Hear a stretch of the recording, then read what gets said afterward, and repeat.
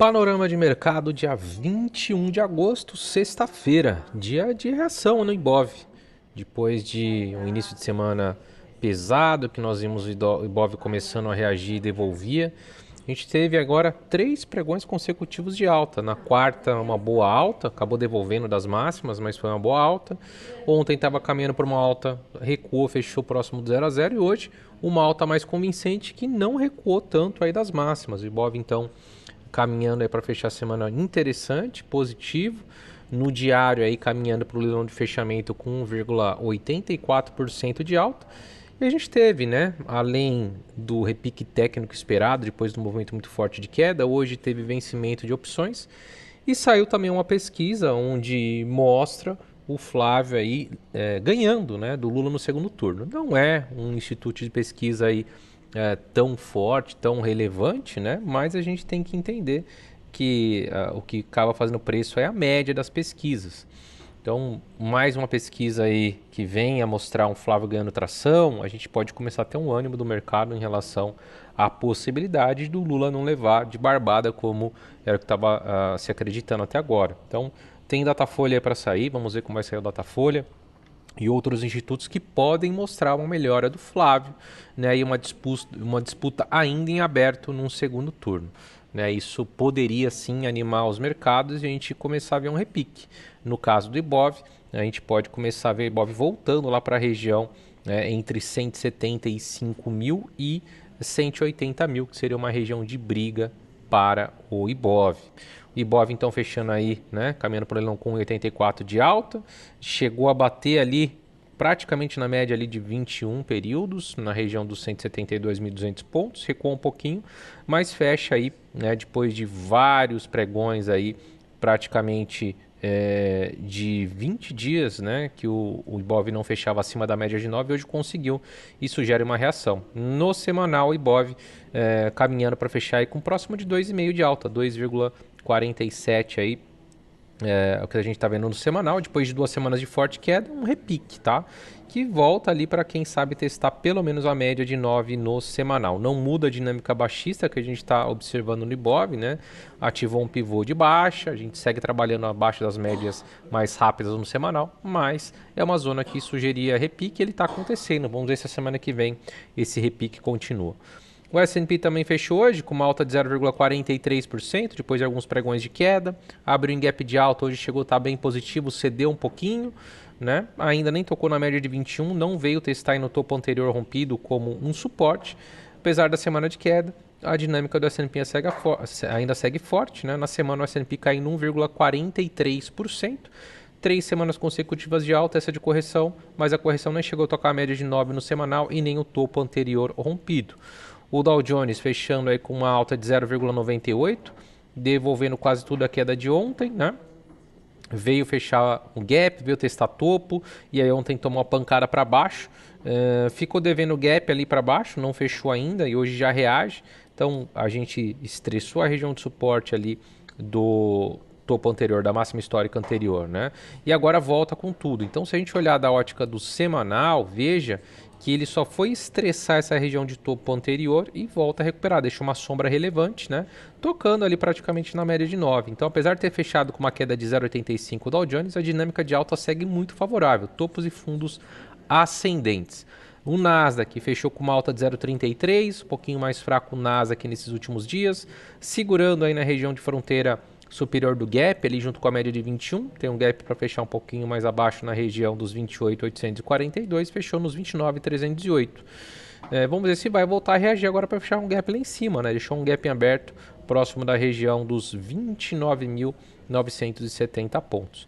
Na semana, o Nasdaq fechando com uma queda relevante de 2,45%, porém ainda acima da média de 9, acima da média de 21, ainda numa tendência claríssima de alta.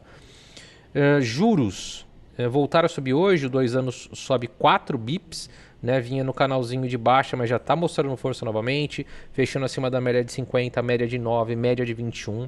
Então a gente volta a ver um estresse dos juros aí curto também, que vinha arrefecido nos últimos dias. Na semana, fechando com uma alta de 6,1 bips, o 2 anos, e voltando a fechar acima da média de 9. Os 5 anos fechou hoje com uma alta de 3 bips, segue um pouco mais forte já, né, quebrando um canal de baixa e voltando a apontar lá para a máxima do movimento em 4,50, fechando a semana com uma alta forte de 6,2 bips, né, dando uma leitura de apenas um recuo na média de 9 para voltar a subir e renovar a máxima do movimento lá em 4,50. O 10 anos fechou com uma alta de 2,6, fechou no maior patamar aí, né, do movimento em muito tempo. Então, desde ali de início do ano passado, então o cenário de estresse nos juros longos está muito forte. Fechando a semana o 10 anos aí com uma alta de 4,2, fechando também na máxima do movimento. E o 30 anos, que é o que causa bastante preocupação, que alcançou maiores patamares desde 2007, fecha o dia com uma alta de 2,3 bips, uma tendência clara de alta, e na semana com uma alta de 1,2, bastante vol, mas fecha aí também na máxima do movimento. Então, muito estresse aí nos juros longos nos Estados Unidos. O dólar index fechou estável, 0,01 de queda, deixando 2 martelinhos aqui em região de suporte, que pode sugerir para a gente que tem um repique aí nos próximos dias, tá? Média de 9. No semanal fechou com uma queda relevante de 0,81%, perdendo a média de 50 e abrindo espaço para correções maiores até a patamar de 97,6. O VIX fechou com uma queda de 5,31%, segue aí trabalhando em patamares bem baixos o VIX, né? Que é o famoso índice do medo, índice de volatilidade do S&P. Abaixo dos 16 continua vendo como uma região muito interessante para compra, né? Para hedge, para proteção. No semanal fechando com uma alta de 6,17% o VIX, né? Foi lá tocar na média de 9 no semanal e voltou a arrefecer, mas foi uma semana de alta depois de várias semanas consecutivas de queda. O petróleo segue subindo devagarinho, mais um dia de alta, 0,77 de alta aí no momento para o petróleo, né? Superou a máxima ali do dia 30 de julho, fez uma leitura de pivô e pode voltar a estressar buscando patamares entre 100 e 102 dólares. Na semana, o petróleo Brent fechando com uma alta de 6,15%. Então foram 2 semanas de queda forte e 2 semanas de alta forte, onde podemos mirar lá para a região, como eu disse, dos 100 a 102 dólares. O minério de ferro lá em Singapura subiu no pregão regular 0,46, no after subiu mais 0,42. Mesmo assim, a dinâmica ainda é muito fraca e travada no minério, né? Precisa de um pivô convincente aí no gráfico diário. Na semana, fecha em alta de 0,09 apenas, tá? Por enquanto é só um repique para buscar a média de 9, a tendência muito clara de baixa no semanal do minério. Metais preciosos ganhando muita força, o ouro aí subindo 2,17%, rompendo a média de 200 períodos, mirando para patamares de 4.700 depois 4.900, caminhando aí para fechar a semana com uma alta de 5,48%, tá? Então começa a mostrar força, uma reversão de tendência aí também no semanal. A prata fechando com uma alta de 1,86, depois da alta de ontem de 1,64. A prata faz um pivô aqui e mira para a média de 200 ali no diário, próximo dos 72 dólares. E na semana fechando com uma alta de mais de 7%, também rompendo média de 50 e média de 21, sinal positivo. A prata também pode começar a ganhar força para mirar regiões lá dos 83 dólares. E criptomoedas muito forte nos últimos dias, um short squeeze aí, né? O Bitcoin subiu forte ontem, 5,36 de alta, hoje está subindo 5,38, está parando aqui por enquanto na média de 400, né, que foi uma média que segurou os preços aqui também, estão segurando aqui, deu uma esticada forte, pode corrigir nos próximos dias, aí no final de semana ficar um pouquinho mais fraco, mas se conseguir um pivô vencendo essa média de 400, mira ali para a região dos 82 mil dólares, tá, que é uma região de briga forte até os 84. Então, vamos ficar atentos para ver como fechar a semana do Bitcoin e do Ethereum na semana por enquanto, né? A gente tem sábado e domingo ainda, mas por enquanto na semana uma forte alta no Bitcoin de 22,61%. A média de 50 no semanal pode ser a região de briga ali inicialmente próximo dos 82 mil dólares.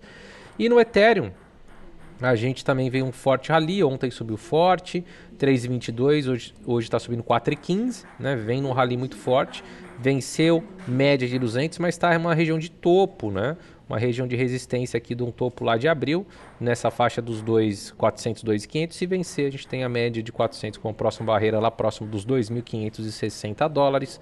Na semana, veja aí que a alta no Ethereum é forte, de quase 30%, E essa região de topo de abril também conflui com uma região de média de 200 no semanal e uma média de 50 que está caindo. Então vai ser difícil romper e se manter acima dos 2.500 aí, pelo menos olhando os próximos dias. Se conseguir, vai mostrar muita força e a gente começa a mirar a patamares bem para cima lá no Ethereum na faixa dos 3.300, certo? Vamos observar então aí nos próximos dias pesquisas eleitorais que podem fazer preço e vamos ver se efetivamente o Ibov vai conseguir se animar aí depois de várias quedas, né, que nós tivemos, dias e dias de quedas, semanas muito fortes de quedas, as últimas, e essa semana finalmente tivemos um respiro, certo? Bom final de semana a todos, nos vemos novamente na segunda para um novo Panorama de Mercado. Grande abraço, valeu!